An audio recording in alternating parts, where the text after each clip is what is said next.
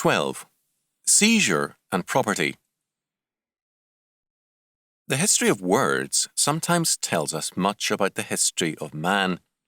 The word seizure is a good example.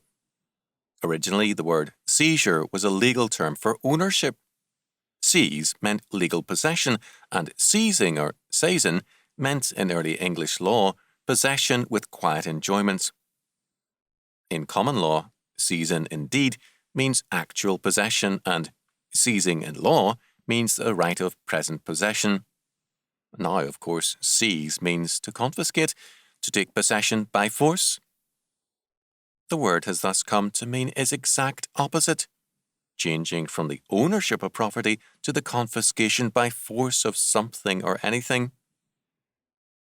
The history of the change in the meaning of this English word is a complex one, but basically it tells us this.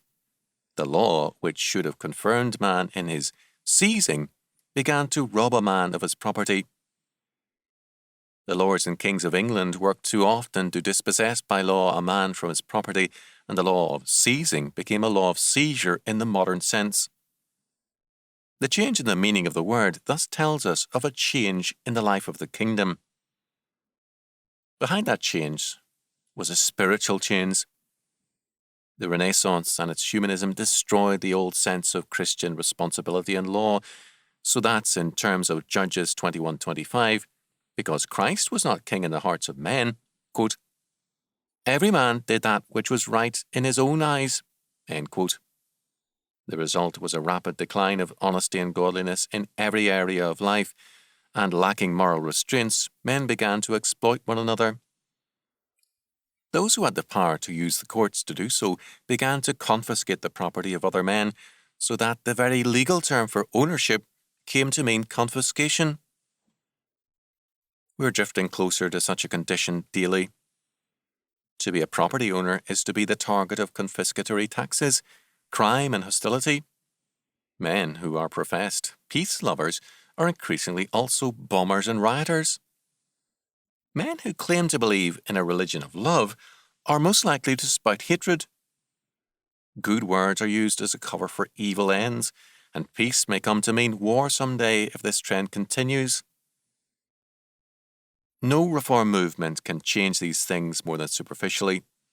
Only Christ can change the hearts of men, and Christ will not rule a man who will not be his absolute possession. Christ is not merely a resource or a power for men to rely on, but an absolute Lord and King who claims and seizes us as his property. If we are his, we must obey his law and serve his kingdom. We are not then our own, for we, quote, are bought with a price, end quote, by Jesus Christ, 1 Corinthians 6:20. He made us so that we and all creation are his property. By his redemption, we are doubly his.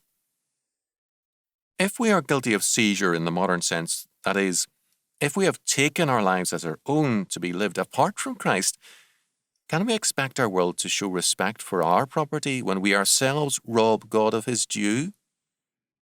When we restore ourselves, our homes, churches, schools, civil government, and all things else to God the King, then God will restore to us what is our due property.